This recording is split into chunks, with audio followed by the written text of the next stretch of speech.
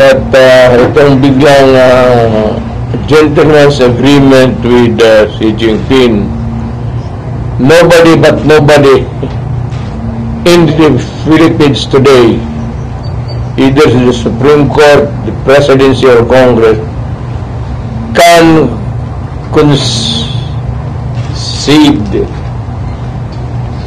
anything about territories. Hindi gawin ng presidente yan. And ang ano ko lang is even this stupid ex-Justice Carpio is harping on a gentleman's agreement of which certainly he was not there, and is beginning to expound on the consequences of the resort or whatever wrong there was committed in the agreement. Aside from the fact of having a handshake with President Xi Jinping, the only thing I remember was that status quo. That's the word, na walang galawan, no movement, no armed patrols there, as is where is, para walang magkagulo. Hindi tayo magkagulo. Yun ang naalala ko. Wala akong I do not there's a new word. I do not even know the Ayunan sure. Ito si Carpio and the rest of the well, I think is trying to be relevant. Is a retired justice, a not so brilliant one, which he pretends to be. Wala naman siya doon. And I assure you that if it was a gentleman's agreement, it would always have been an agreement that would keep the peace in the South China Sea. Huwag ko kayong maniwala yung bulatik nila kasi hindi ako ganun kagago. Yeah, ayaw kong magyabang. Kaya kung bakit ako tumagal sa AB, sa Lyceum, is because after my political science course, I took up, and Lyceum could show the records. Marami akong kinuha about foreign affairs and foreign politics. Sabi ko hindi ako nagyayabang. I studied geopolitics under Professor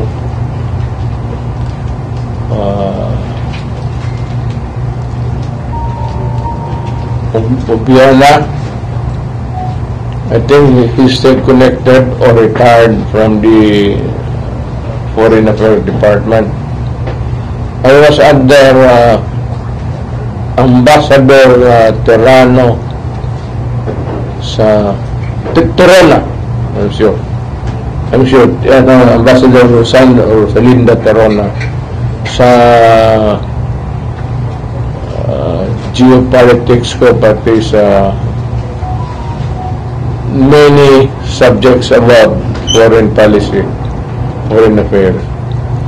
I had my diplomatic practice and procedure doon sa kay David Lapos, and political thought I was under Jose Maria Sison. You know, nagturo sa amin, ayaw ko kung mas may bright pa doon. Kaya sinasabi ko, it would be good and it would be healthy for Carpio to just shut up and not muddled up the things of which I was not there. Hindi ko na siya kinukondem.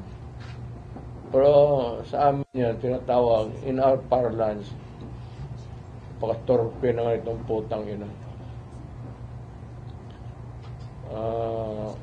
I will be expounding more the day after because I just received the old documents of Malacanang about foreign policy noon sa panahon ko. I just got it tonight. I want to review it and the different agreements that were entered into by myself and the Defense Department, sila Lorenzana. Lorenzana played a crucial role, a role that was something that was, well, sinasabi ko sa kanya, you handle this, especially matters that will govern the movements of the gray ships. Wala pa namang gray ships dyan sa, you know, yun ang binabantayan namin noon. The entry of the gray ships.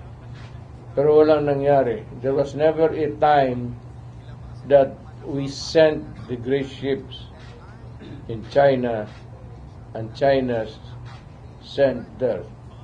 Ano yung gray ship? When we talk about gray ships, we are talking about warships. Ang nangyari dito sa China all along was a coastal guard, coastal patrol. So,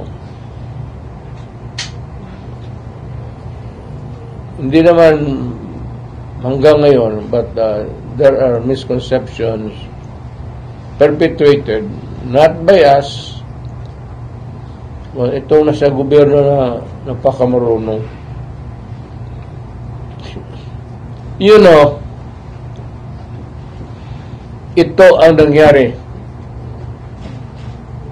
You better make it of record. Nung pumunta ako sa China, I was with Delfin Lorenzana, the DND. I was with Anyo, who was my security advisor, national security advisor, and the advisor of ni Bongbong ngayon, national security advisor. Nandoon sila lahat, Esperon, and my cabinet members, lahat sila. Ito ang opening remarks ko kay Xi Jinping. Kunin ninyo ito. Kasi harap-harapan kami sa long table, kaharap. I said, Mr. President, we would insist that that China Sea, or not the whole of it, but there is a part of the China Sea that belongs to the Philippines.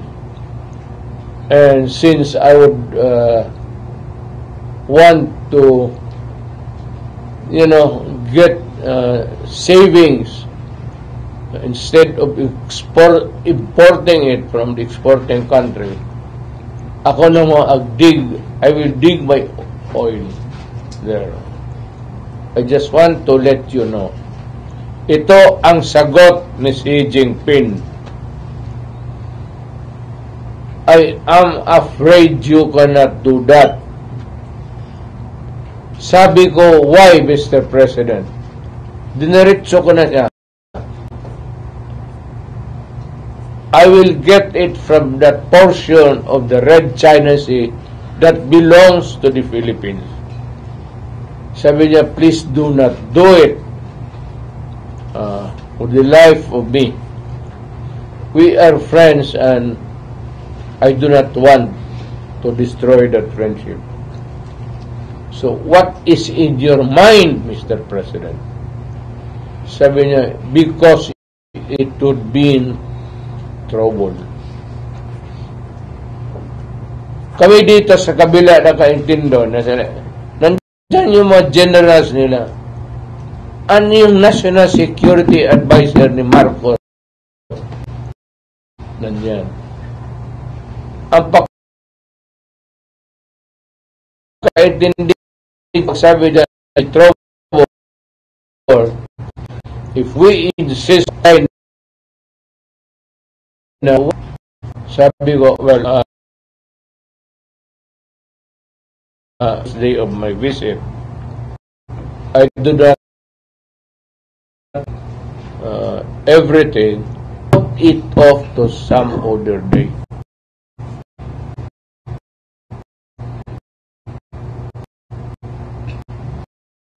Yun ang that you put it to some other day.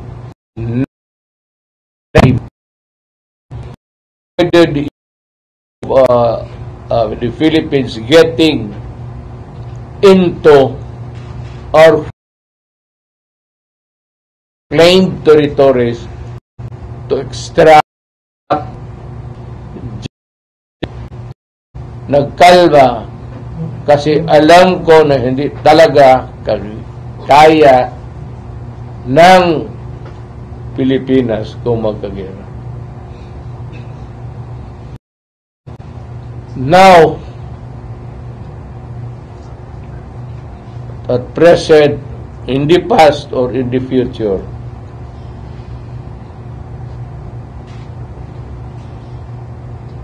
ako naman, hindi ko inaasahan na ang Amerika would go to the South China swaggering. Alam mo, sa totoo lang, kung ang Amerika talaga gusto niyang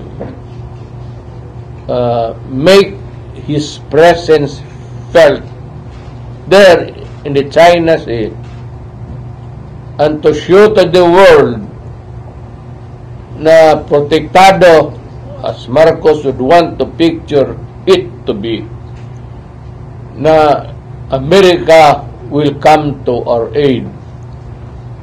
Why do it during a war? Anak ka na po, pumunta na sila doon to avoid the war. And if America goes into trouble with China, that is their own shit. Kasi sila kasi yung magka-rebel dyan. Bakit hintayin pa ng Amerika? Why would Bongbong Marcos would now go to America to continue the talks? Nagganon pa man, what has agreed upon years ago remains until today. And the popular notion is that if we go to war with China, America would hurry up, go there, and defend that. So sabihin ko sa Amerika, if you are interested really in defending the Philippines, putang ina, bakit ka pa maghintayin magkaroon ng gera? Why don't you go there and give the protection that is being mounted by... Bakit hintayin pa nila magkaroon ng patayan? Di iparking na niya yung 7th fleet niya doon. This 7th fleet is in the Far East. It's a big one. It's a task force. Ilagay niya yung doon ng mga destroyer niya doon sa... wala eh.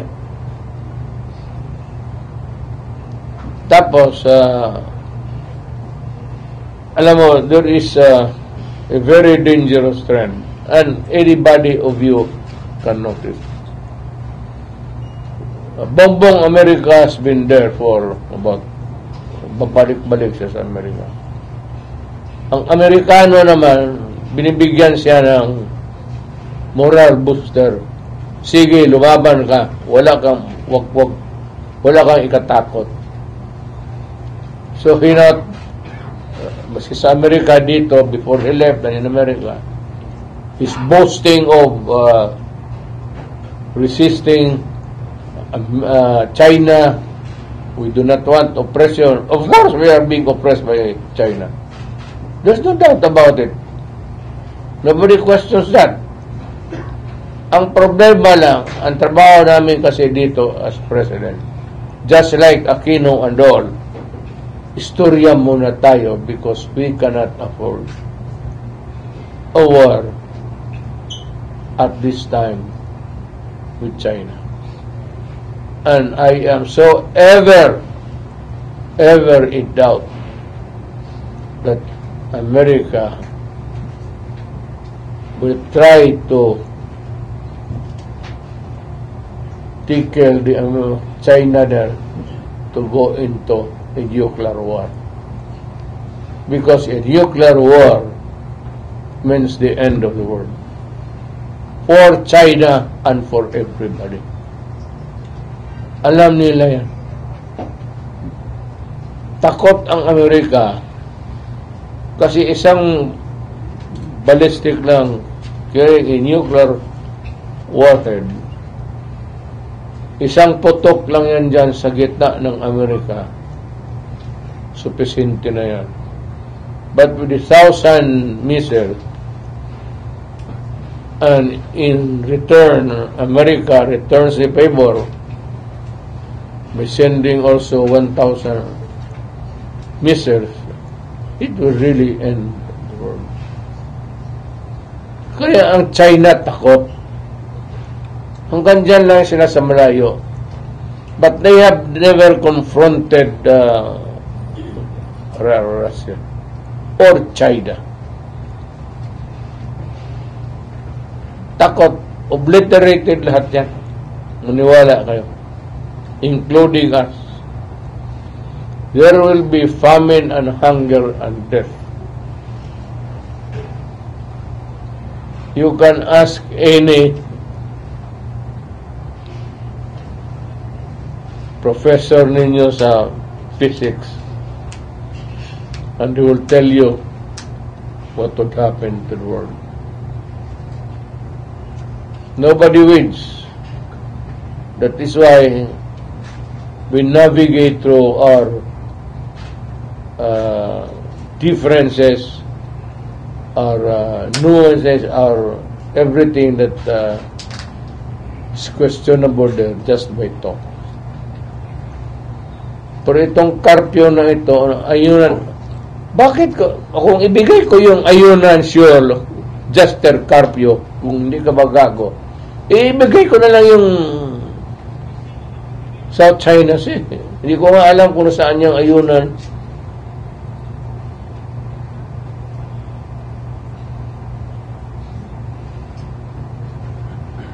At ito, Justice Carpio, sabihin ko sa iyo, if China would decide to erect a naval base there in the island nearest us, can you stop it? Ano mo yung Supreme Court ruling mo dyan? Papel lang yan, idiot. It cannot stop a war.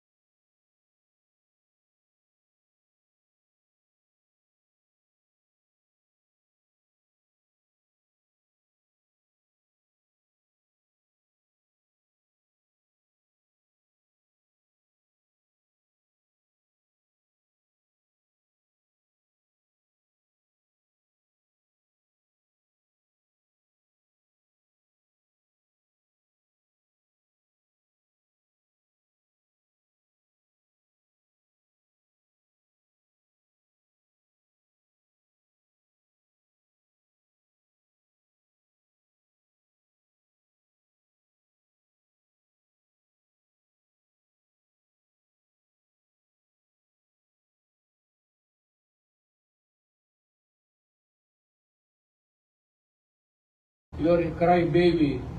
Always America, America, America. That was the last speech of Marco. We will be brave there. We have the ships there patrolling alongside with the American ships. What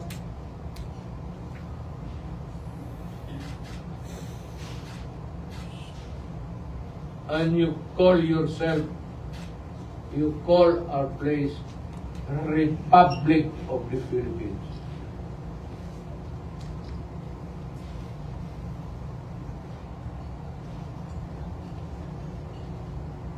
When you could remain to be a republic and be peaceful with everybody. Pag-usapan lang natin yung hindi naman Palawan ang kinukuha ng ano. There are questions and issues about jurisdictions. We will continue to talk. Yan ang trabaho namin. Problema sa iyo, Justice Carpio, hindi ka naging presidente. Akala mo, itong problema ng Pilipinas sa chessboard, kung marunong ka maglaro. It's easy for you to say, oh, ganun dapat ginawa. Eh, okay talaga, ano.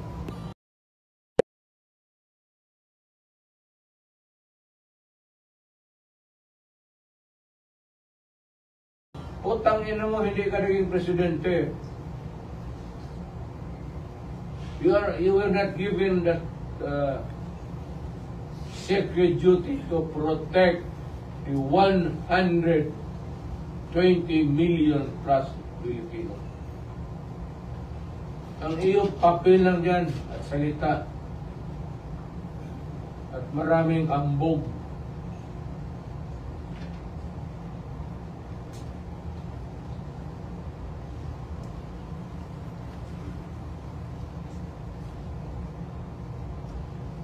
I have the documents. Hinahanap ko yung meron bang mga agreements na I will study it tonight, and after the rally, we can probably have a more expanded agreement signed along the way.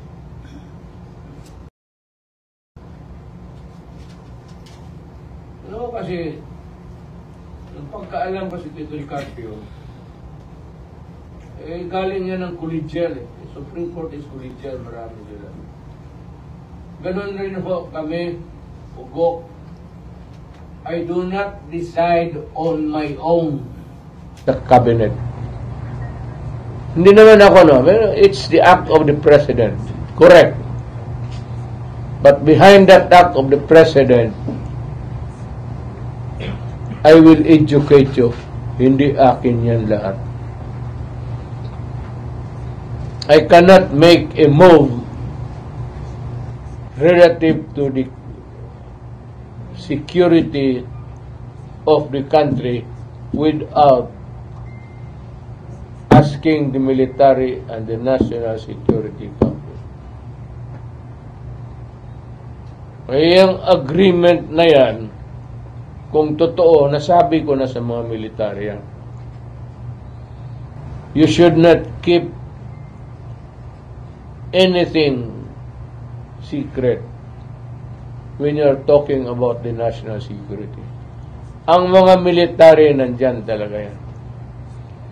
Nandyan man si Anyo. He was my national security advisor. Advisor mo yan, Bongbong. Tanungin mo kung mayroong bang gentleman's agreement.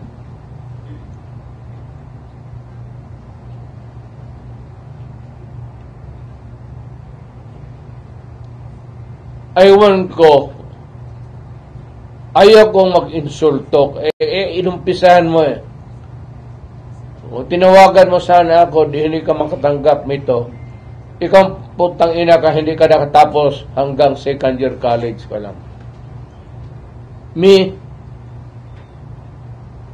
Dumaan ako sa lahat ng taga Foreign Affairs, Undersecretary Ingles. si Ambassador Terona, Biana, si David Rapos, then si Maria Sison. Doon ako medyo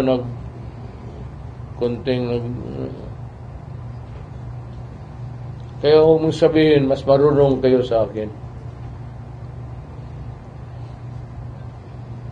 Alam kong ginagawa ko. Diplomatic and consular procedure. Master ko po yan, dumaan ako dyan.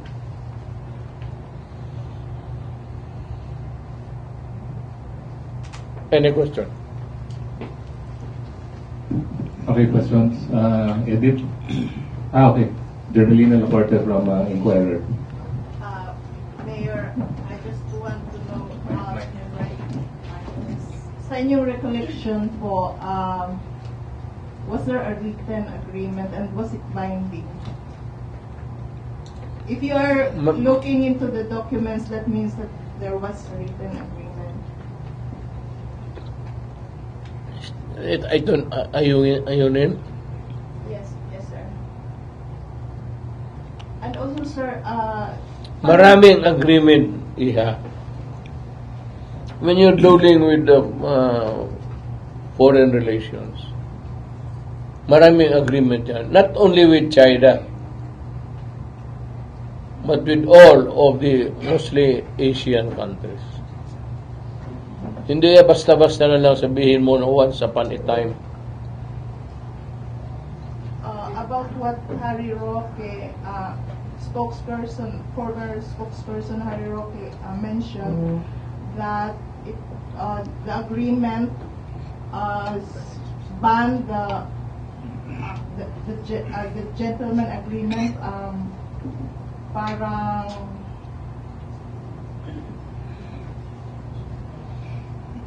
what he mentioned was Hirap ka.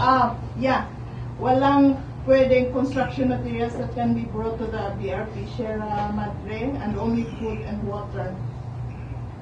Yun daw ang content ng agreement. As is where is nga. Yeah, so You cannot bring in materials to repair and improve. okay. So Wala yan. So totoo, Mayor, Totoo yan. na mayroong agreement. No agreement. As is where is. So bawal ang construction materials. Well, ganun. As is where is nga. Yun yung nabutan. Kasi kung Sierra Madre pa lang, if allowed, batagalan na repair yan, nakauwi na yan dito. And is it binding sa present administration? Well, if it's brave enough, kaya gusto ko sabi ko, nandyan mo kaya yung Amerika, why don't the Philippine Navy get itong panghila at repair it?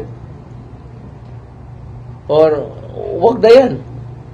Nandiyan pa kayang Amerika, occupy the islands and drive the Chinese away. Mayor, in the context of Secretary of State who was given the as is where is, so the ship there will be allowed to rot in time because no repair is allowed, and which the President, which Marcos says, that is very alarming because if you cannot repair it, if it will rot there, it will be destroyed, then we have nothing there. Kaya ito sabi ko kay Marcos, stop complaining and expounding on it. Do it and repair. Yan ang sasabi ko sa kanila. I challenge them na sila man na sa gobyerno ngayon, di i-repair nila at gumawa sila doon ng mga bahay-bahay kung saan. If they are really ready for that. Gawain na nila ngayon gusto nilang gawin. I-patrol na nila yung Philippine Navy, the gray ships, and let us see what happens. Tapos na kami. Kung sabihin ni Marcos, all of your past presidents were failures. You didn't do anything about Sierra Madre. Mr. President, I am challenging you to go to Alonan with the other ships and repair it. Yan ang dapat following your subukan nila. Kami takot. Ayaw namin ng gera.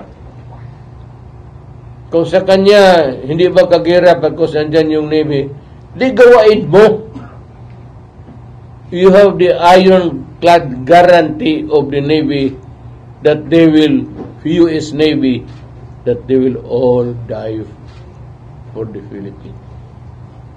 Are we saying that the recent maritime cooperative cooperation exercise is just a show of force, and even if Japan, Australia, Philippines, and the United States will collaborate to repair this Sierra Madre, still it's an exercise in futility? Would you take that risk? Go ahead. Bring in Japan and the rest of the ASEAN countries and let us see what happens. Are you saying there will be a bloodshed? The what? There will be a bloodshed. War. War. Wala akong sinabi. Sinabi ko lang subukan nila and see what happens. The way you listened to President Zay during your meeting, he said you can do this because there will be this possible war. One word lang. Nandyan kami lahat. What was it? Do not do it because there will be trouble. It was heard by all. Sobar ka to? Wala ko kanto. So it was a stern warning from China. Well, that was the reply. If it's a warning, well, ikaw nang bala. You interpret. If you are to advise the Philippine government in this era of Philippine government's position on the West Philippine Sea, and if you are asked to a 1 cent opinion, what will you tell the Philippine government, or what will you tell the Filipino people given these conditions, sir? My advice would be totally irrelevant. Sila ang magtanong doon sa Amerikano. Sila kasi ang gumagawa. Hindi naman ako, bakit ako mag-advise? Mayor, pwede mo balik lang ko. I just want to make it clear. So you said that where is, as is, where is, there was an agreement, and was it written or verbal only? And Verbal. Walang written sa amin pa na. During my relations with China during my term, walang written except yung mga trade which were signed by the undersecretaries of the particular department concerned. Nasa tabi lang ako, kaming mga... it's not binding. It's not binding. No, it is binding. It's not, just because it was not signed, other trade agreements signed are binding sa atin. Hindi naman kailangan ang presidente ang pupunta doon. Okay. Thank you, Chairman Lina. Sir, You cannot put to task the president to sign all agreements with all other countries because that would take. Kaya may dala kang mga diplomatic trade undersecretary, trade secretary. Sir Al, I am just asking you to exactly, meron ka mang recorder, quote me exactly para walang misconceptions, misunderstanding.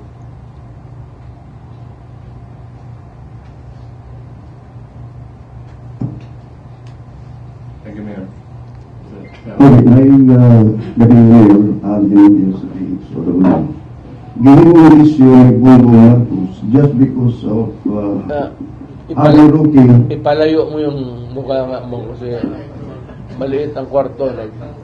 Gihimo issue ni PBBM ang statement ni Harry Roque, and then yung advisor, Attorney Salvador Panilo, sinabi niya, tinawagan ko ang facility na kausap kami, walang gentleman agreement.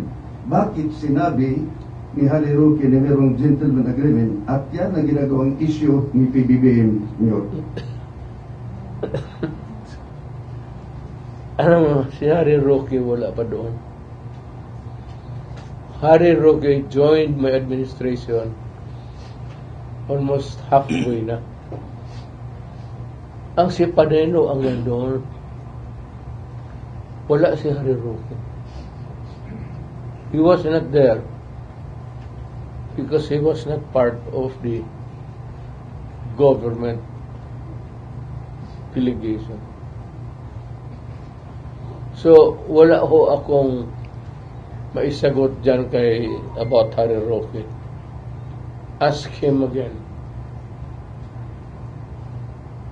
Ask him again. Okay. Kung may agreement man kami ni President Xi Jinping, walang secret agreement yan. We agree.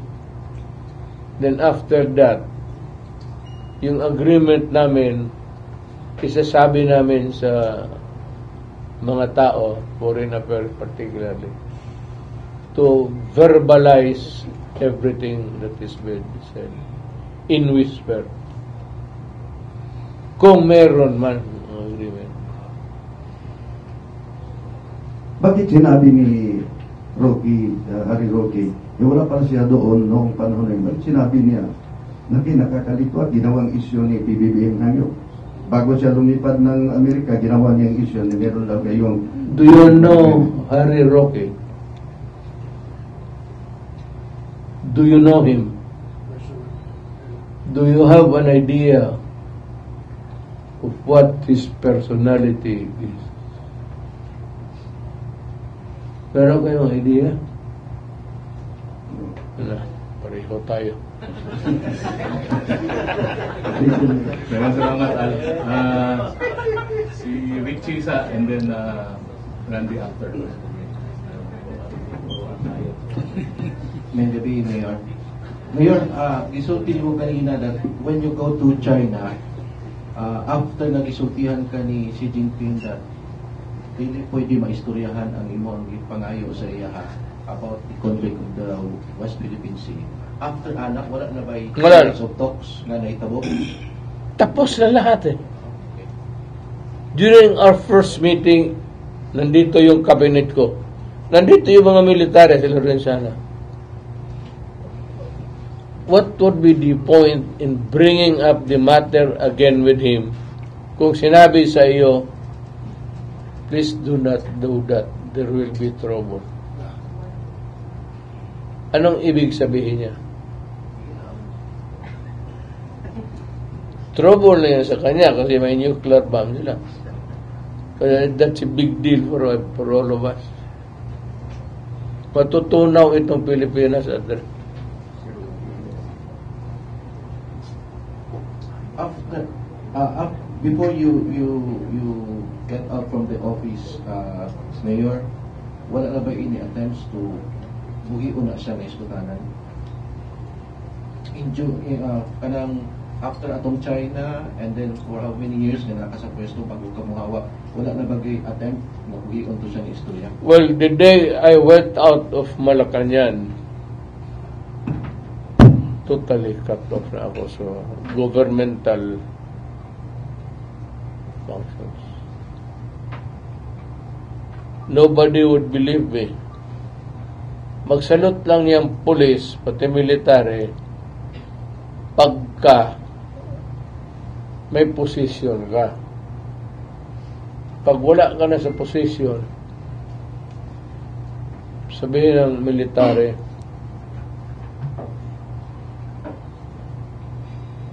Sabihin mo na, sabihin ko, oh.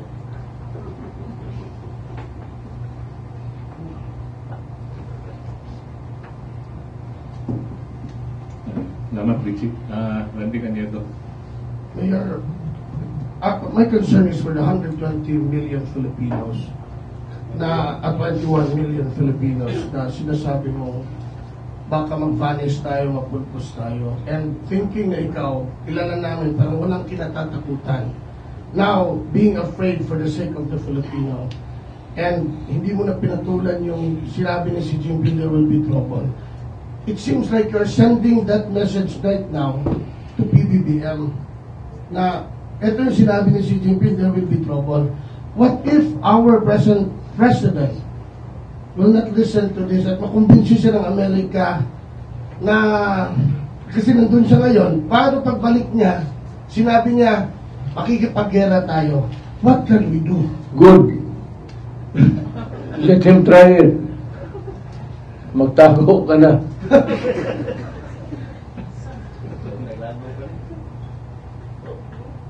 That is very good. But ang gusto kong tanungin, bakit walang gray ships ng American Navy? Kaya malapit lang naman, nagpa-distansya.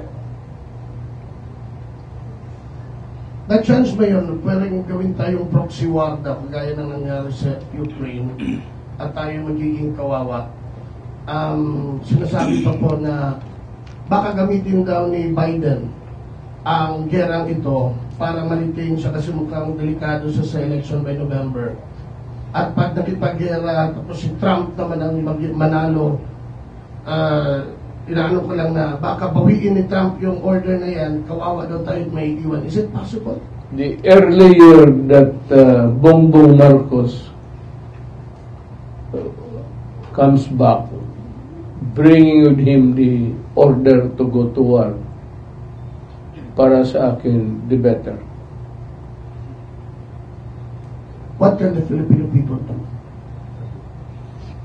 Eh, kung patay na tayo, what can you say? A nuclear war is a nuclear war.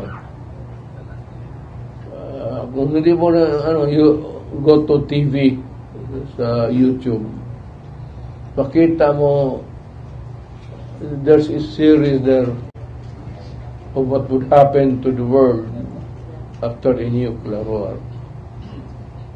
It's nothing. There's absolutely nothing in this world. Kaya magdasal ka na lang, na pagputok, kasali ka na. Kung maiwan ka, pati yung kamote mo sa radioactive, lalo ka magsuka-suka.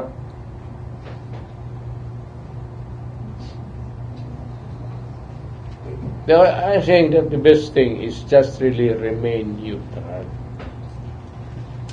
Sabihin mo sa China, Adre, wala man akong away sa iyo. Huwag mo lang akong galawin. Itong Amerika, well, if you want trouble there to find a proxy, meron naman. Japan, you can use China, South China, South Korea, and many others. Huwag tayo. Wala tayong ibubuga. Navy natin, ipagyabang natin. Pwede. We can. I'm not belittling my country's Navy. But we can only guess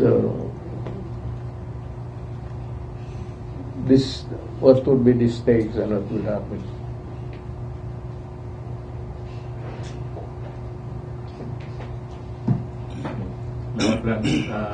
Ruth, then Alan after. Mayor, may Lahat kayo may tanong. Hindi ako nagbibiro. Hindi ako nagpapatawa. Wala pa akong kasing kain eh. Kain na kayo? Sus, maayaw pa mo.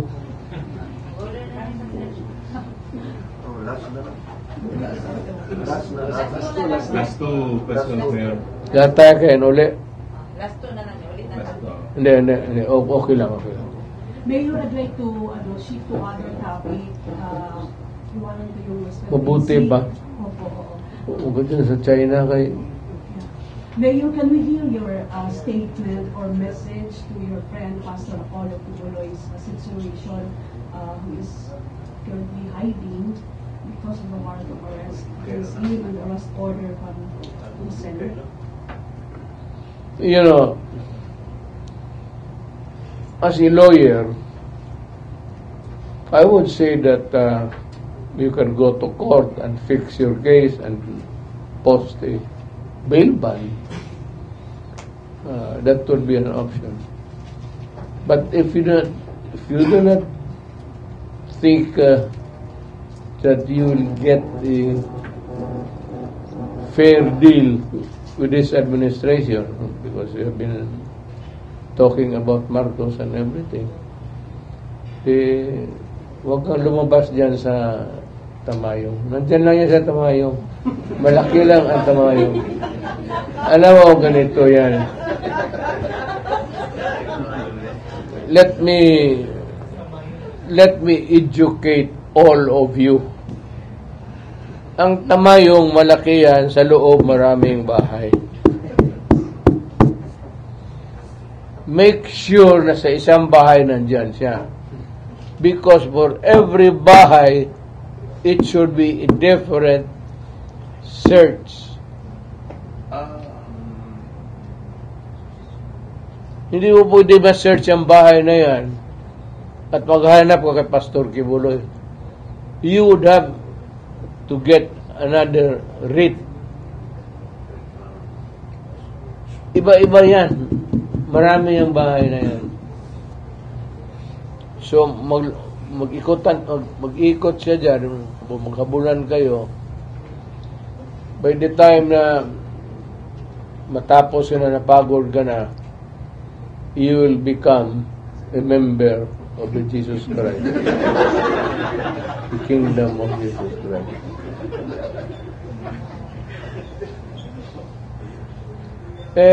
Alam mo, ang buhay ng tao, tayo naman simple lang eh. Katoliko, trabaho tayo, prayer, that someday, pag namatay tayo, maawaan Diyos, punta tayo ng langit. Di ba? O gusto ninyo sa impyerno? Impyerno ang gusto ninyo? Bahala kayo. Ngayon, kahanap ninyo, hindi ninyo mahanap. It's ewan ko, Tamayong malapit dyan sa malaki ang Tamayong. Malaki. Follow up, Mayor, may mga speculation kasi that someone is nasa aking bahay ko. studying Hindi mo lang katago si Kibuloy. Look, kain mo ako magkatapos, mag-uwi ako. Sama tayo doon sa bahay ko. And if you can find Kibuloy there, I'm raising the ante. Ano ba magkano bibili ng 100? I'll make it 200,000. Or 300. Or even 500. Ibuhos ko na lang yung pera ko para maligaya kayo kung makita niyo siguro sa bahay ko.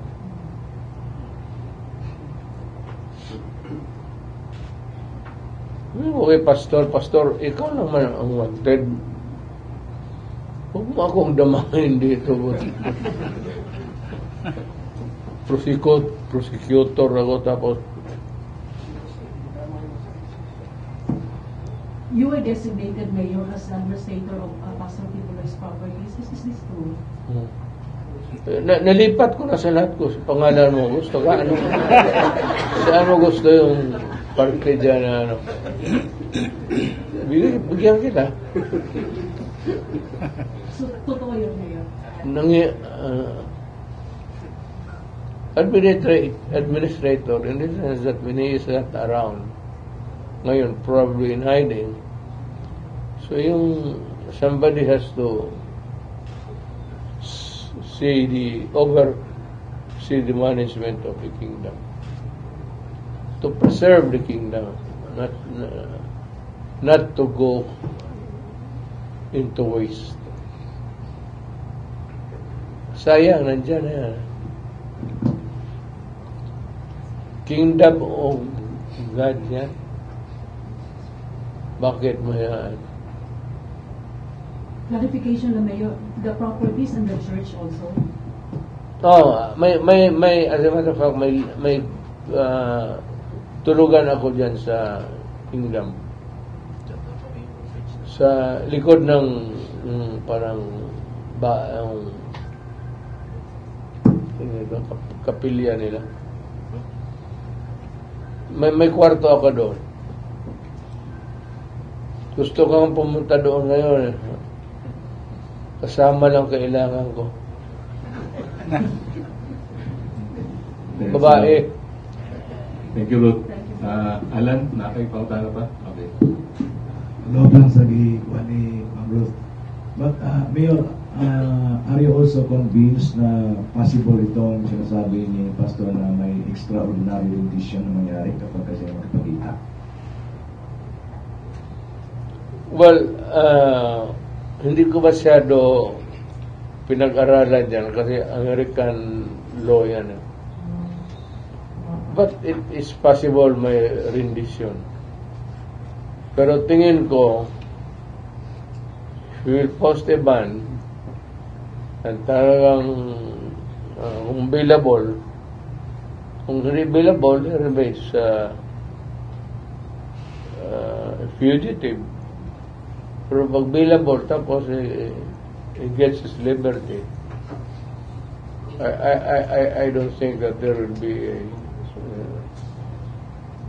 at sabi ko naman sa kanya, huwag ka maniwala niyang rendition ng Amerika. At kung meron lang, tawagan mo ako. So you advise him to come to the open? Again? You advise him to surrender, if that is so. You would advise him to surrender if that is so, na wala rendition na mangyari. Wala ako kasi pastor naman, edukado na tao. Alam naman niya na ano. Hindi kami nag-istorya ng buhay niya. About arrest and everything. Kung anong gusto niya sa buhay niya, di okay lang. Ngayon, tanongin ninyo ako, saan si pastor?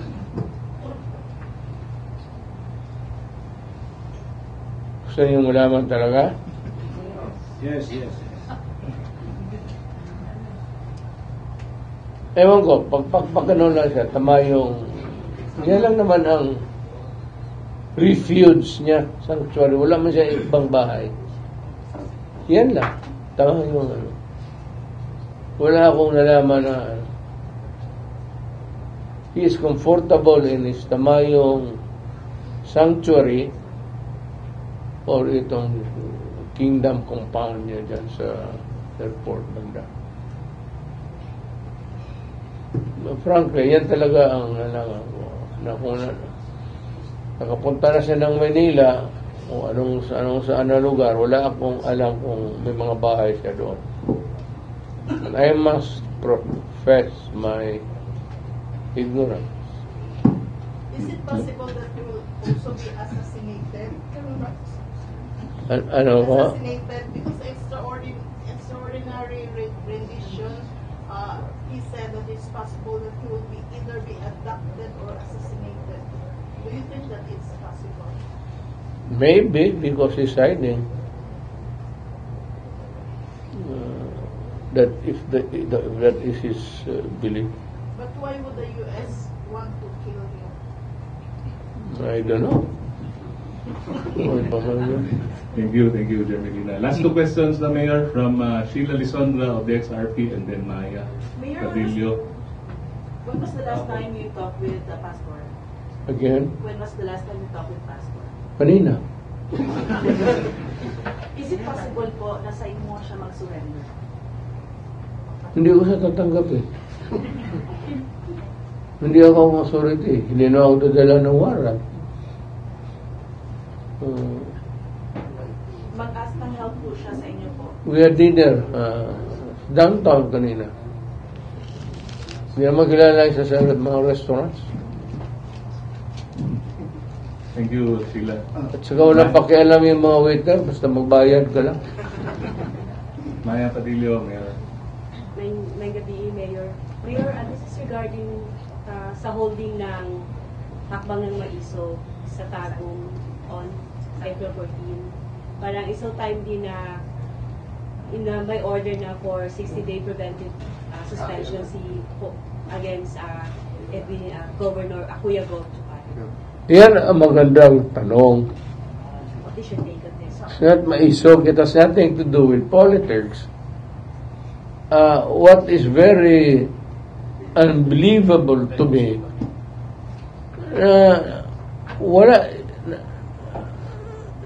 walang notice, wala lahat.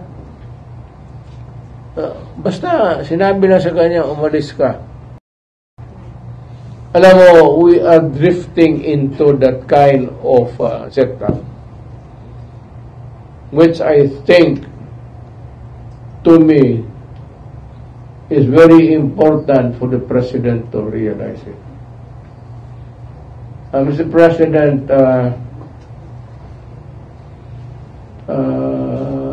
hindi mo na sinusunod yung demokrasya. And you are, in pag ganun na style, you are veering towards a more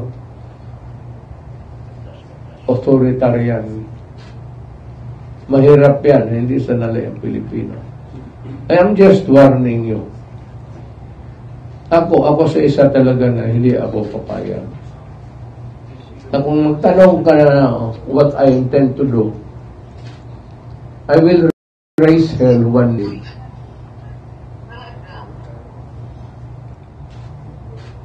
And I would ask the military and the police to join me. Not to force you out of the office. We'll just air our sentiment for you not to forget that the Philippines is a democratic state. Itong nangyari kay Governor, basta na lang pinaalam sa kanya na umalis ka. It violates the due process of law. Very important yang no person shall be denied of the equal protection of the Constitution. Tanggalin mo tao ng rason. And you must remember that the governor of North Davao has been elected by the people. Hindi yan trabahante na in-appoint mo tapos tanggalin mo. We have to respect the will of the people of that North Davao. For respeto naman. So you are veering dangerously close to being an authoritarian government. Ako, sinasabi ko sa iyo, kasi hindi ko nagustuhan yung style. Kung due process of law, if he had committed the wrong, may masama siyang ginawa, imbestigahin mo. Ano ba yan? And if it is a case that is good for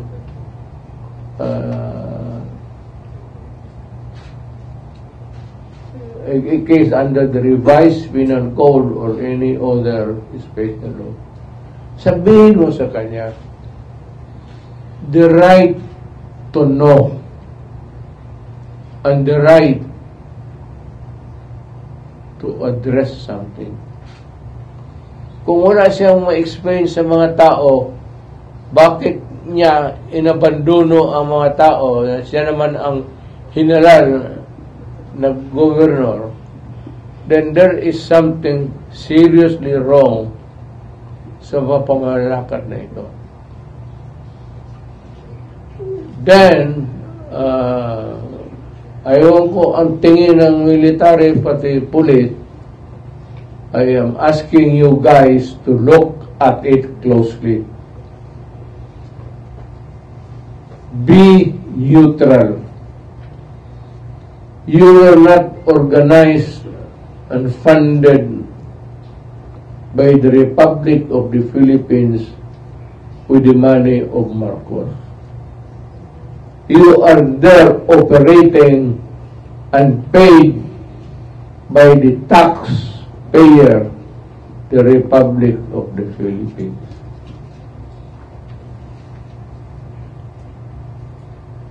Ngayon, mag-open up ako sa one of these days, and I will begin to say it in rallies and everything. Because it's bad. Hindi ko kalaban si Marcos, pero along the way, magkakalaban talaga kami. We will be political enemies. Hindi ko you cannot remove that kind of situation na mangyari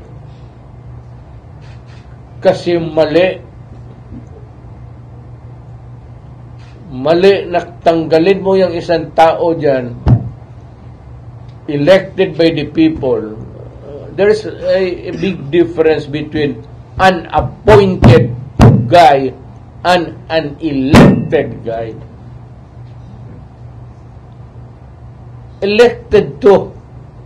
Gusto nila itong leader na ito to govern the local place. So, hindi ko alam. Wala naman akong balita. Kaya, alam mo, si Benhur, kaibigan ko rin yan. Kasama kami noong pag-akyat namin sa mayorship noon. Nagtataka lang ako because ako wala akong kita mo noon bastos ako magsalita, bunganga ako. But my God, doing this kind of thing is very serious.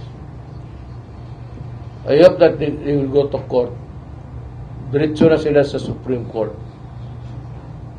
and ask for a relief, whatever it is available. Bawal talaga to. Ito yung pangpahina ng gobyerno. Yung lahat ng mga bumoto dyan sa gobernador dyan, galit sa gobyerno.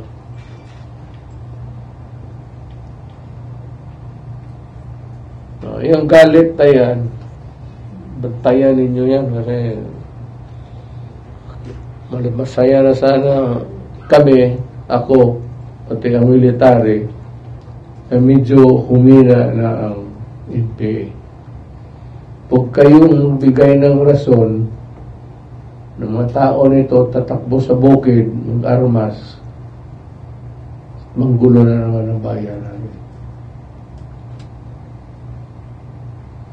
Alam ko hindi niya nagustuhan ng military. Sigurado ako dyan. Basta sa military, hindi ka lang basta, you are advised way ahead that you are being transferred from one post to another. But it can never be applied with such a cavalier fashion of removing a person elected by the people. Basta mo nang ligwakin, tumabi ka dyan. That is not democracy. Hindi pa ready ang Pilipinas dyan At do not ever think na popular ka sa tao. Yun ang karamihan ng ano, that's the pitfall of many leaders. Just do not assume that you have the absolute powers. In a democracy, there are always parameters, boundaries where you can act and when you cannot act. But always we find the power of the law to govern us all, to make us conscious of being a citizen and what to do. Thank you, Mayor. Mayor Raven. Mayor, salamat. One question from Dennis Lasso, Mayor. Sige lang. Mr. President, the November 5 U.S. election is fast approaching, no? Your friends, magkaibigan kayo ni Donald Trump. Will you campaign for him? Kay Donald Trump sa... Wala akong pamasahe pupunta doon. Pwede magpatawag ka sa press fund na yun. Hindi ba tayo makaboto? Pero I am for Trump.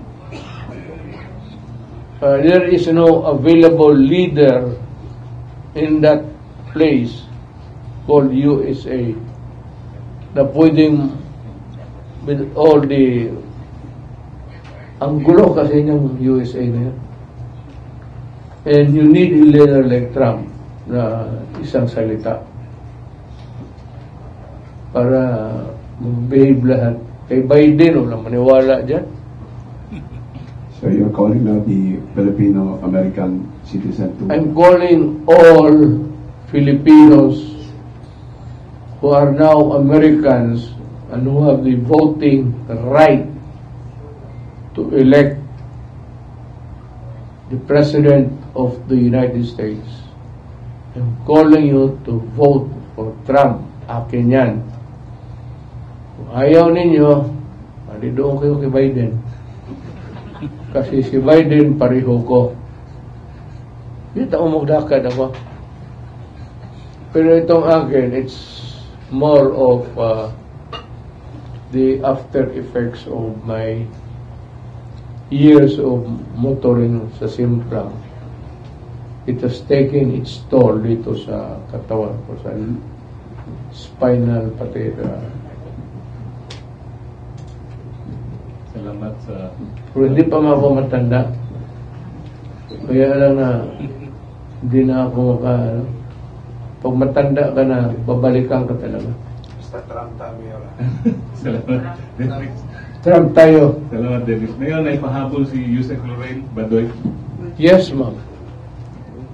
Mayor, in my job, marami ako nakakausap na marami silang gustong iparating sa'yo. Ordinary Filipinos, yung mahihirap. And so, magsisegue lang ako doon sa sinabi ni ma'am about Governor Hubahib. Now, having been on the receiving end of this government's heavy-handedness, tsaka yung parang wala ng batas sa Pilipinas, parang sila na yung may-ari sa Pilipinas, yan yung nararamdaman ng ordinary Filipino. Kahit ako, nung kami we were illegally and arbitrarily detained by the Martin Romualdez-led Congress, and even the way they run the PCSO, it's just so shameless, so brazen, yung corruption. It's obscene. Yes, it's obscene, and yet it's so shameless. And they keep doing it the way that they've done it with SMNI, not the way they have silenced the press. And we feel it, Mayor. It's so, ang sakit-sakit masyado na, Mayor. And basically, what I want to ask you, Mayor, is ano ba yung, maybe you can educate us, ano ba yung recourse namin dito? Kasi this president, no, is he's ignoring the clamor of the people. For instance, to have a drug test when the documents, there are proofs, and there's that outcry, no, And then he's hurtling us towards the precipice of war. Nasa tamang pag-iisip pa ba itong taong ito? Alam mo, ma'am, ako una yung nagsabi na drug addict siya. Hindi naman ako nag-iimbento ng istorya. Pero yung mga PDEA reports nila ngayon na sinasabi na totoo, na hindi totoo, natural yan, ma'am, kasi panahon ni Marcos. Ano agency in government can go head to head with the president sa bagay na yan? So, sinusuppress yan. Kung sinabi ko sa inyo, noong as early as, hindi pa ako presidente, nung presidente, mas lalo ko nakita. I saw it again. But yung dito sa Davao, because alam mo, ano talaga ako sa droga, pinakita nila na si Marcos nandoon. Hindi ko binigyan ng importansya. Ang sinabi ko lang sa kanila, trabaho lang kayo. Huwag na ninyo akong isali na lalabas na personal akong magalit kay Marcos. I do not need it. But when I was president, I was already looking at yung full the full story of yung pagka-addict ni Marcos. Kaya lang naman, ma'am, sabi ko, sana hinuli na lang nila noon. Ang pagkamali ko lang rin, kasi mayor lang ako, yung unang nakita ko. Sana nung na-presidente ako, pero wala na yun. Yung unit, wala na sa mga... So, siguro sa Pasig River na, hindi pa natin galaw yan dyan. Ako, I firmly believe, with all honesty, hindi naman sa akin generated by my personal ay ayaw ko sa kanya. Kaibigan ko yan si Presidente. Gusto ko nga protektahan noon. May ano kasi, ano ba naman yan, everybody's doing it.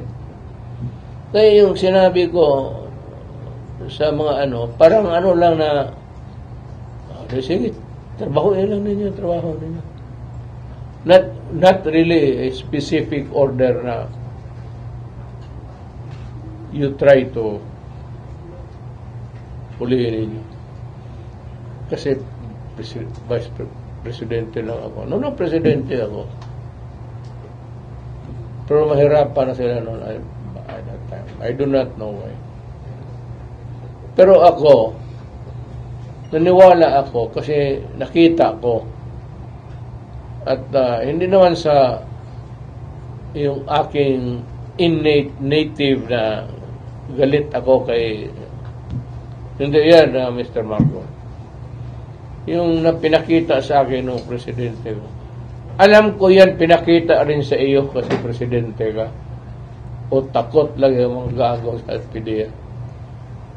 At lahat yung mga dokumento na yan, talagang inano na yan. It's either they were erased or... Pero balik tayo dito sa nandito man si Secretary Alvarez.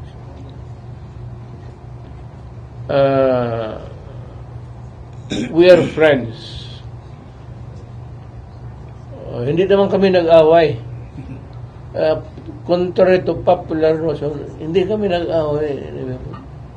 Kaibigan ko siya nung congressman ko. Magkatabi kami.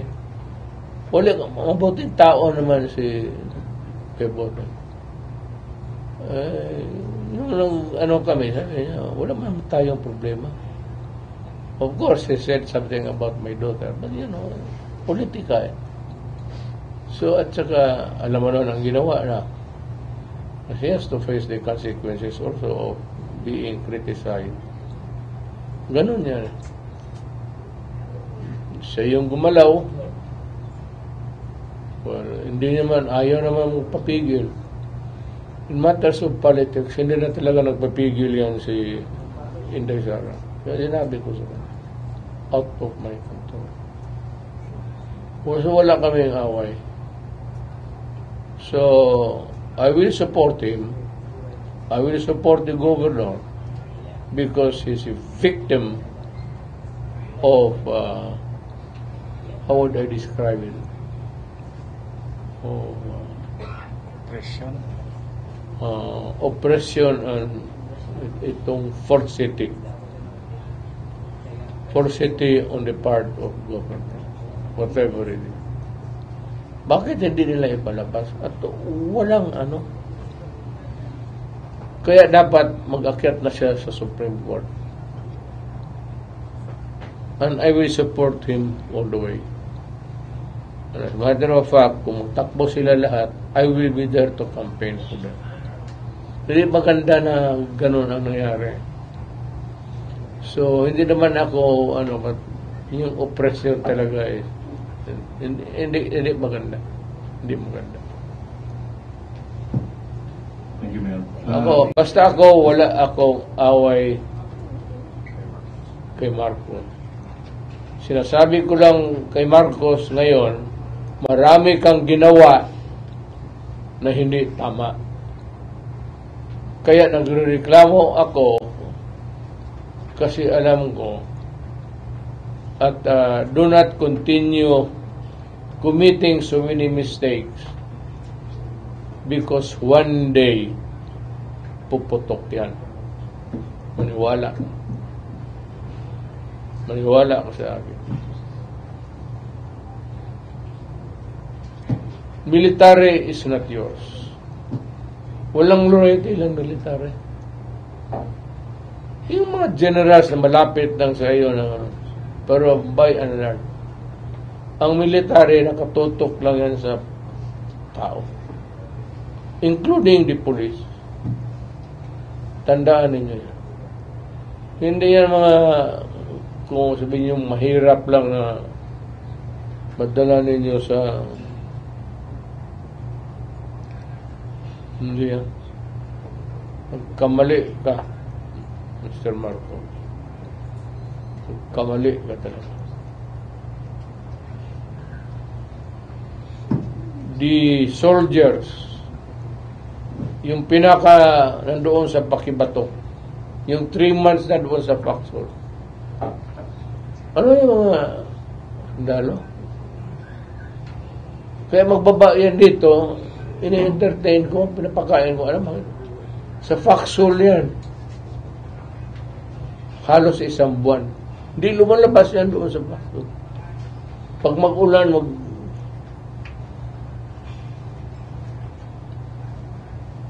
kaya masakit para sa akin ang mga sundalo pati pulis. Kita mo lahat na mamatay noon dito sa Davao and everywhere noong presidente ako. I go out of my way to pay my last respect because ko sabihin, protecting the feelings of people. I'm good for another 20 questions. Thank you, Mayor. Kung Bebot, surrender pala kayo? Sige. Congressman. Sige. Kay Governor by Congressman. Okay, gusto lang na ako ipahipado sa inyo Before the incident, kaganina, 2 emissaries were sent to talk to Governor Hubahid, asking him na, Gov, ayaw na ipadayon ng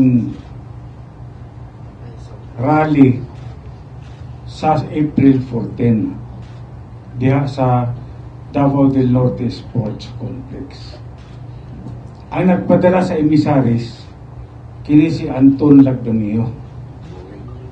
Ang sulti niya, dili daw ipadayon ang rally tungod kay maulawan daw siya, kay siya ang SAP taga Davao del Norte, nang hambog siguro nga kaya niya kontrolon ang Davao del Norte.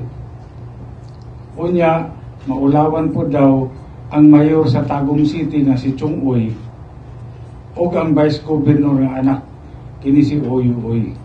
Kay dako na sila og kwarta nga nakuha kang Martin Romualdez. Hangyo sila na dili padayon ni Gobernador Rubahib. Ang tubag ni Gobernador mao ni ingon siya, murag lisod na himuon siya, ako si Gobernador Limpanea, wala na akong pwedeng ipagmalaki sa buhay. Wala akong mataas na edukasyon na pwedeng ipagmalaki. Wala rin akong sapat na yaman na pwede kong ipagmalaki. Sabi niya, dito man lang, pwede kong ipagmalaki na meron akong isang salita. Bigay ako ng commitment ko na mag-host ako ng rally dito sa sports complex ng Davao del Norte. At sabi niya, nag-commit ako ng 100,000 participants ng rally dahil nga ang mga mayors ng Davao del Norte, kanya-kanya may commitment sila kung ilang dadalhin na participants. So nag-come up si Governor ng 100,000. Ngayon, kala ni Governor tapos na yung usapan.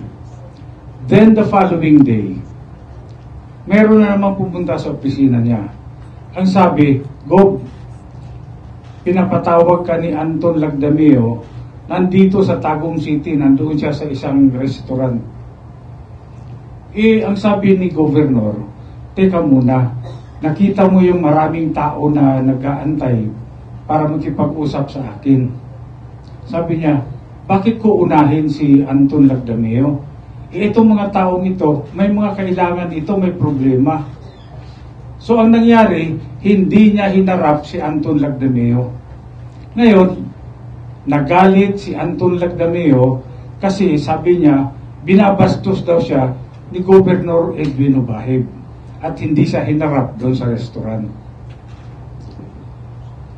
Tapos, sinabi nila, okay, kung hindi natin makumbinsi si Gobernador, hindi palitan na lang natin yung Gobernador, pwedeng suspinde, di ba? Ginawa nila ngayon ng paraan, kahit walang basihan, binigyan ng order of suspension si Governor Edwin Rubahib. Nung makita ko yung order, sabi ko, I was disappointed. Why? Because the order was signed by a former Chief Justice. Itong si Bersamin. Sabi ko,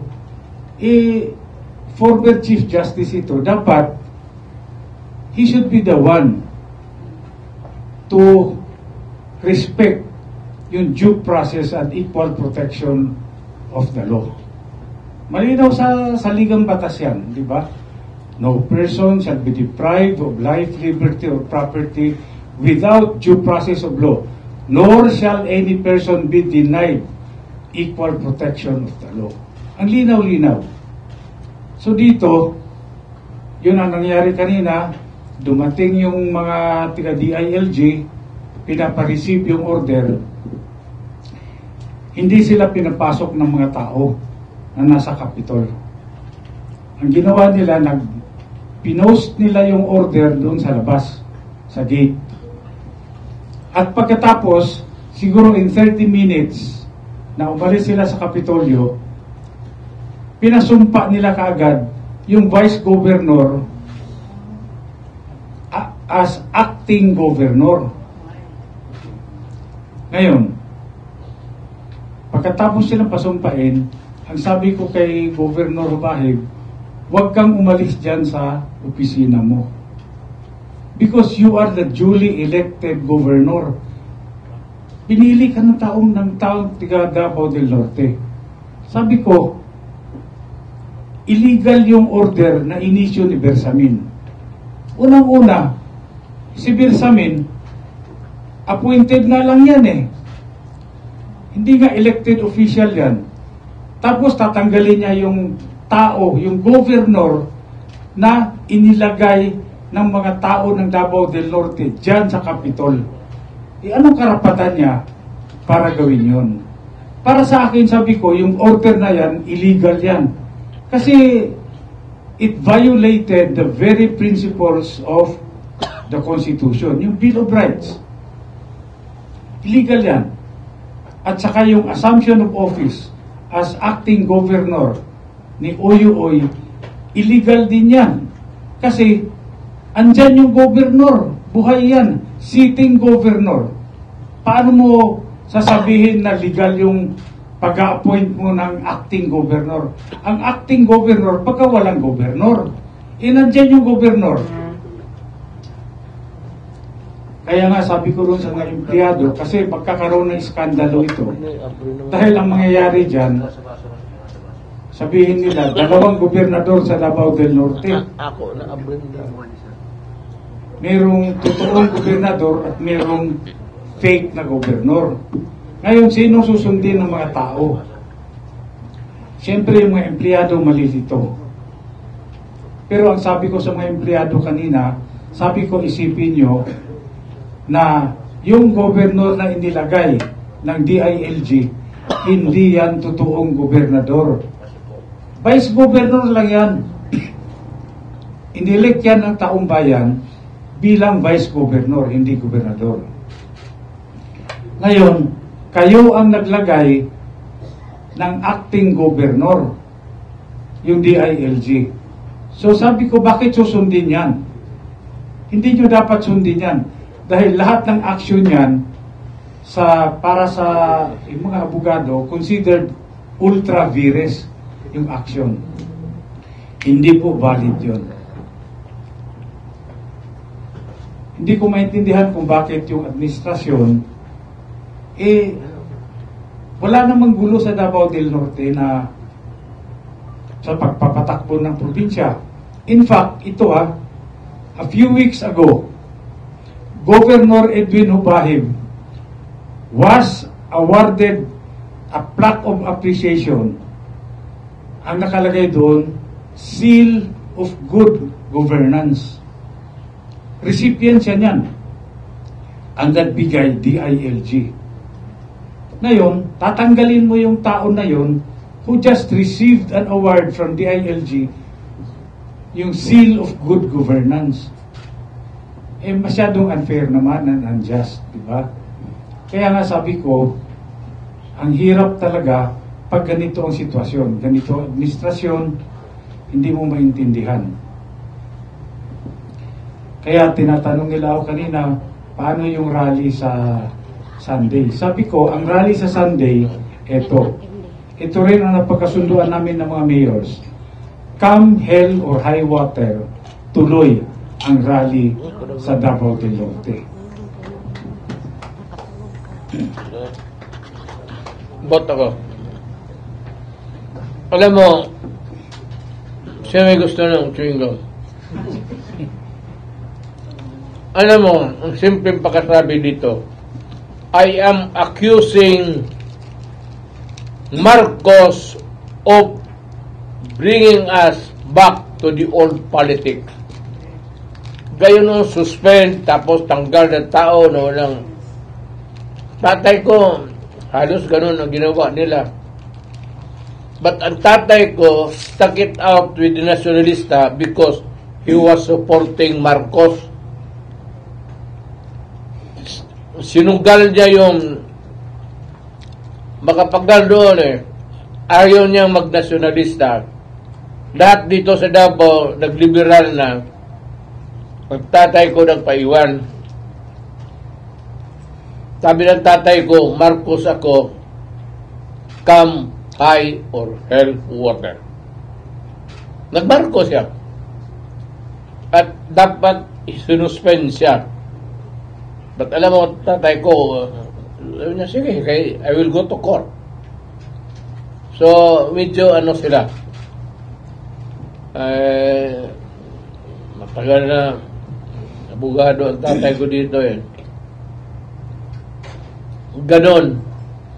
yung ginagamit yung administrasyon para yung partido niya gusto suyupin lahat at yung hindi mo gustong magkalaban ay yung ayaw kalaban natin, hanapan ng mali, hanapan ng kung anong papilis dyan, ilang babae, pati yung babae mo pakialaman.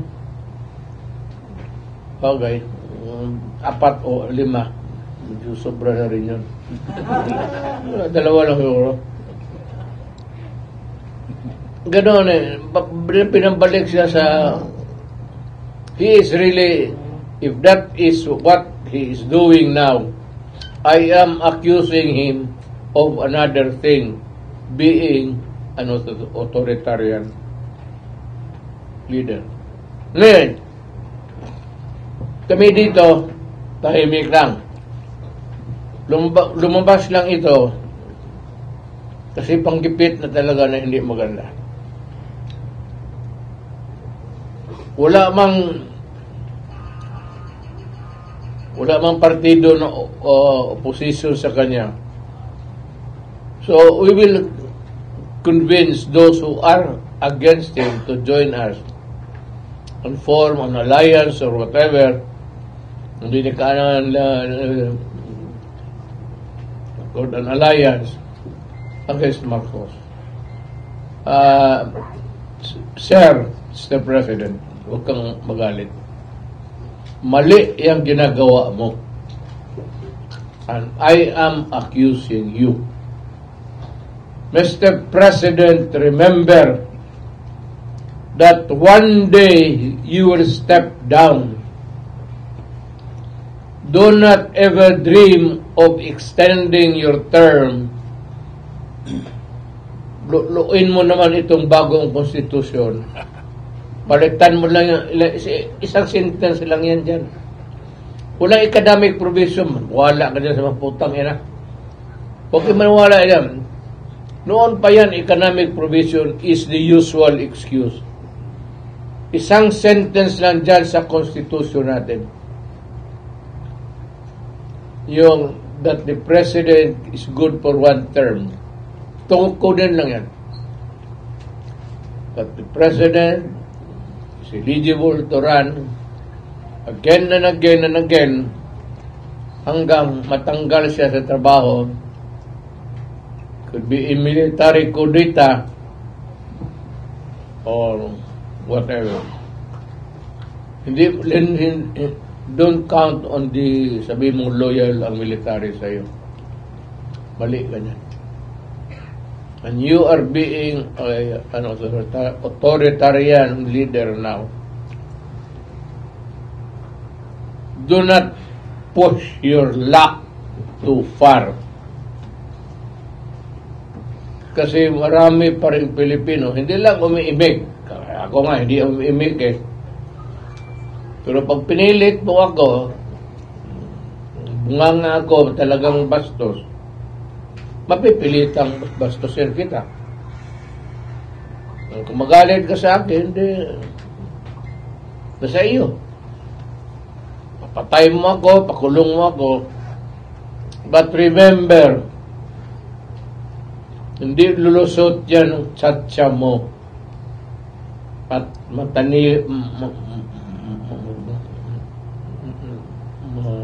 marunong mag-Tagalog yun.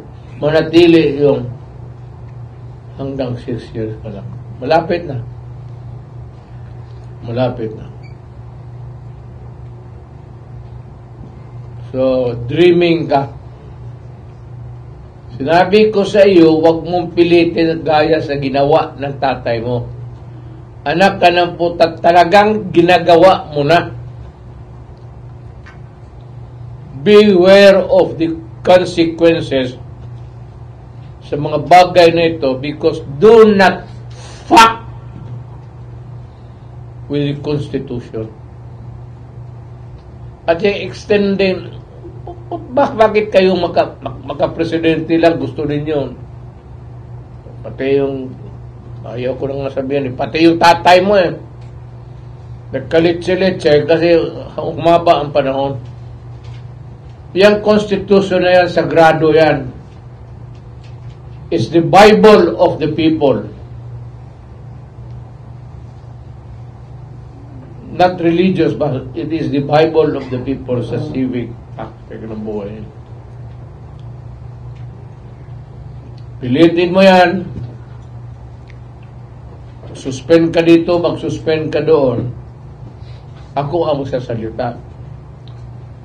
Sinabi ko na sa iyo noon, Mr. President, ayaw ko makipag-away. Naging presidente ako eh. I have the resources, lahat. But wala akong, never had the idea of, ganun. Kontento na ako doon sa 6 years. Dapat makontento ka na. And you try to redeem the name of Marcos. Do not destroy it for the second time. Kasi it might not really be good for you. Huwag ka maniwala dyan sa mga bulador na gusto kang Tama ka na, Mr. President. Okay ka na sa 6 years. Huwag ka talagang mag-isip na magkautaw yung tao sa'yo, magbaw. Kung tama ka, I will defend you to death. Sigurado yan, tawagin mo lang ako. Pigin api ka, may gusto ka, somebody would want to harm you. Call me and I will die for my president. But the president fucks this constitution and destroy the lives of the people. Then kalaban mo ako. Kalaban mo ako. At marami akong alam. Wala yan true. Wala yan. Tatargetin talaga kita sa pagkatao mo. At anong ginawa mo sa buhay. Among others, ito talagang targetin kita. And it would not be pleasant. Kindly do justice. Tama yung sinasabi.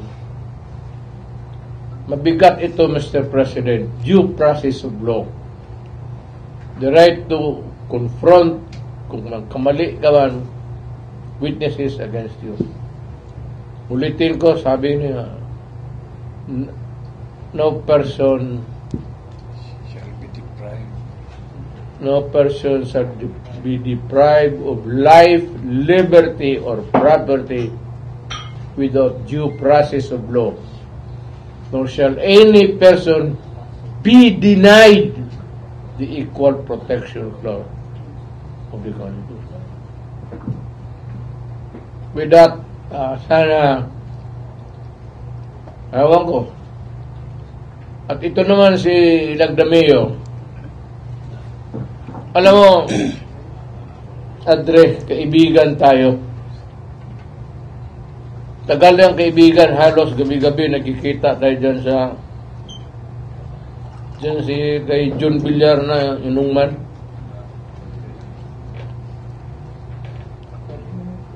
Do not try to be, yung DILG should be the one to resolve, to investigate, or to look into a matter concerning local government. Ikaw dito na sa Secretary of Justice ka. Do not demean yourself. Sinasabi ko sa iyo, nililecturean kita, kasi alam ko, isa ka rin. Alam ko, wala kang alam. Umakyat kayo dyan sa Malacanang. Putang ina, wala kayong alam lahat. Puro bangag.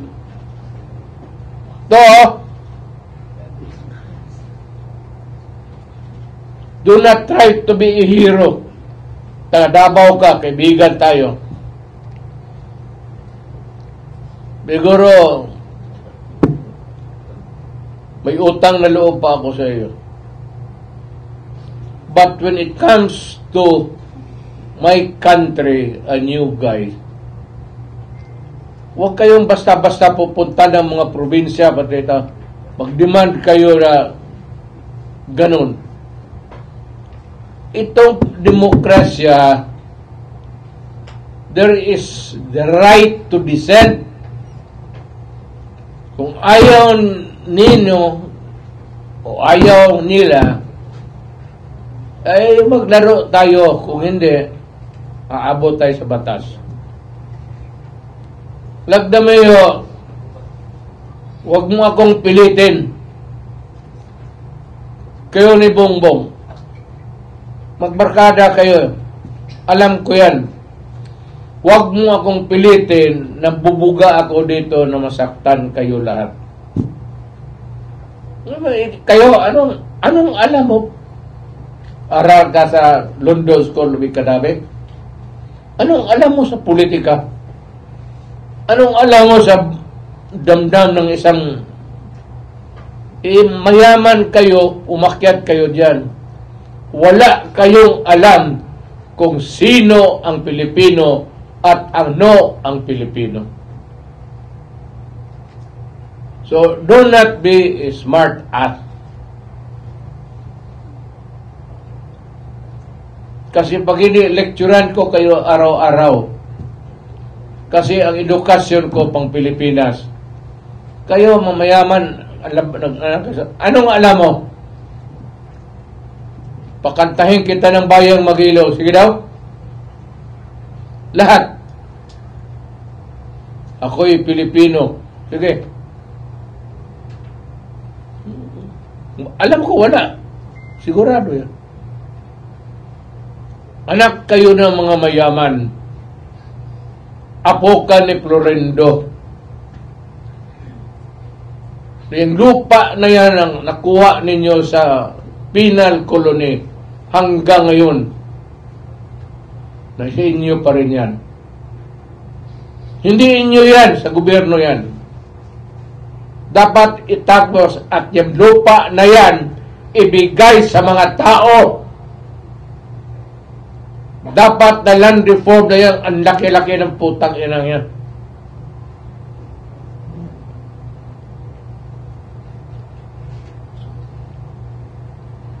Don't you realize na yumaman kayo, gumamit kayo ng lupa ng gobyerno, putang ina ang rental doon. Ayun, putang 500. Gamitin nyo ang politika. Bakit?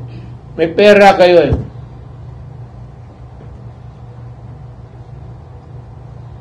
Pero wag mo akong, you know, do not fuck with me. Wag kayong magpatigas-tigasan. Hindi ako, putang ina masama.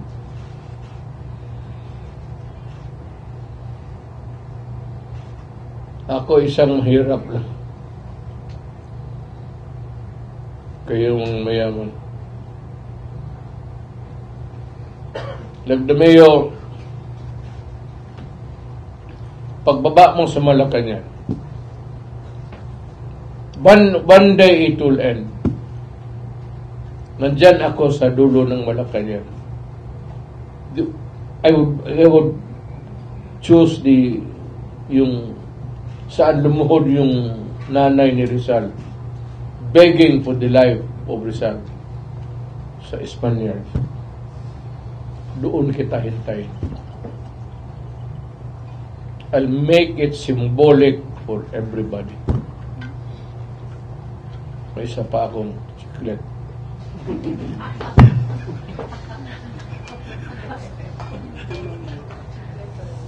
Politiko ba kayo masyado mag-abuso?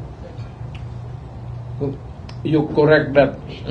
I'm advising the governor already. Kasama si governor. Hindi, wala ka dito. Kung walang abogado, kami dalawa ni Bebot, abogado man kami. Pwede. Go to the Supreme Court. Papel lang naman yan. Certiorari.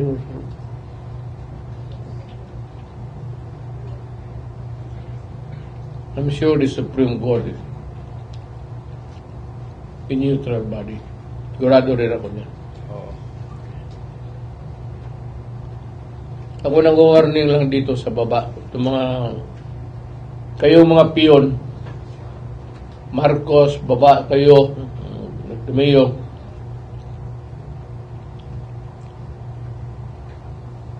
You have to deal with us. Kaming mga ako,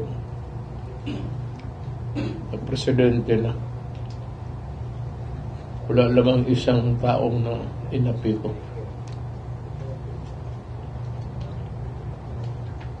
Kaya yung hindi ko ginawa, huwag din yung gawin. Okay lang. Easy lang kayo. Puro tayo mautak. Ako, mas mautak ako sa inyo. Kayo nakausap ko. Each one of you, Presidente, lahat na kayo. Tingin ko sa inyo, kulang kayo dito.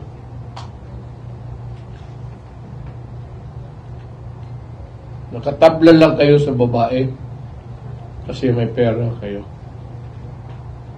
Pero sa akin, in love man itong akin sa lahat. Hindi nila sa pera.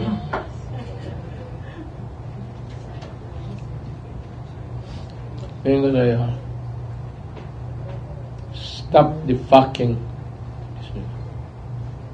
mga putang ina kayo. Huminto kayo. Salamat. Salamat, Mayor. Takot kayo ng mga putang ina. Sampalin mo na.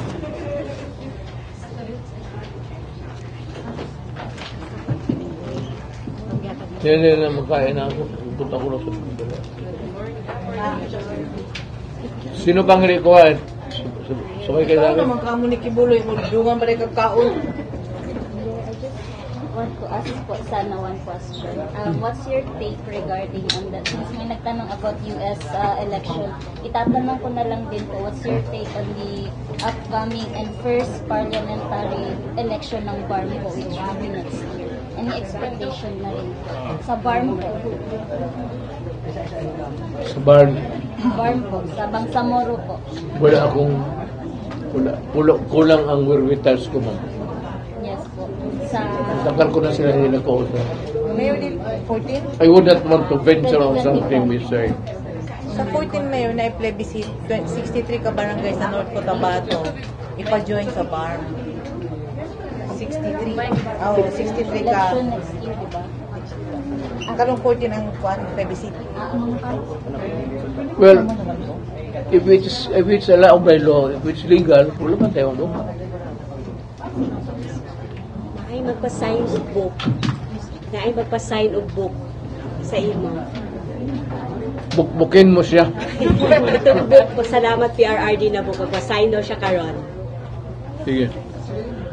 Naligyan ka na lang ako, Mayor Bessie, basta i-appeal na sa ICC kay pagtawag daw niya o ka ng drug war lately, na aday namatay nga daghan dayon kabuok within few days. Mo to gi-appeal na si Bessie karon sa investigasyon. Lahat na kami.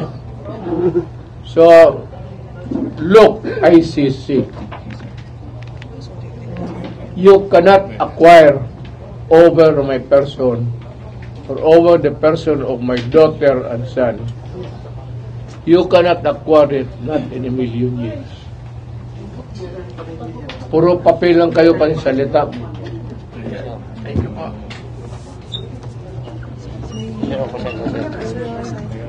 Bakit? Saan na? Na-off naman eh. I-off na lang. Daraan ko pa-sign. Ikaw na yung tanan. Mike, stand. Mike, PTV. Let me ask everybody. News 5. Ano ang ICC? Ano yung mga putang inang yan? Hindi ko nga kilala. I am a Filipino and I will die a Filipino. if somebody would want to prosecute me, kung may ebidensya sila, nauna pa yung ICC, putang ina.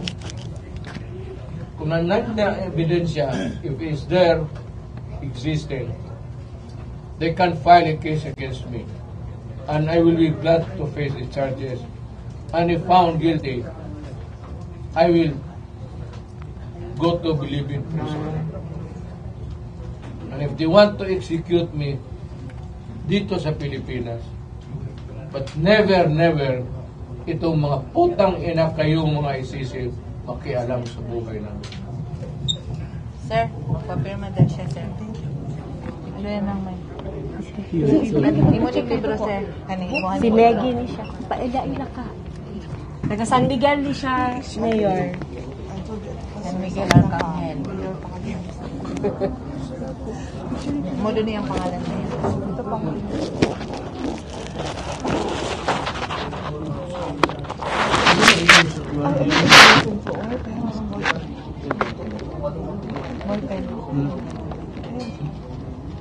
Wala, di na naman.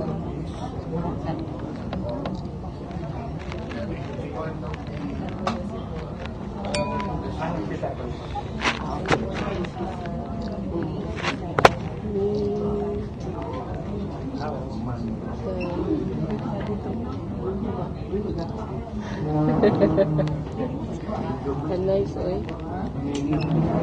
News TV5. News 5. DXDC. GML Argent. News 5. Mayor, pwede na magpakita. Birthday niya next day. News 5. Wala. Ipakita ko ako anak niya. RMN. Birthday niya next day. RMN. Sa picture ko. Thank you, ma'am.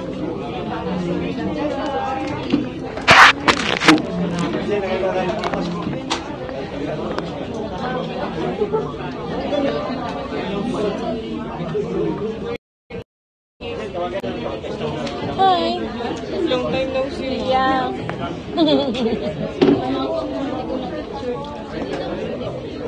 So house. Okay na siya. Pero Yuri, saka na kayo nakita. Inuman natin. Pero, birthday mo. Happy birthday.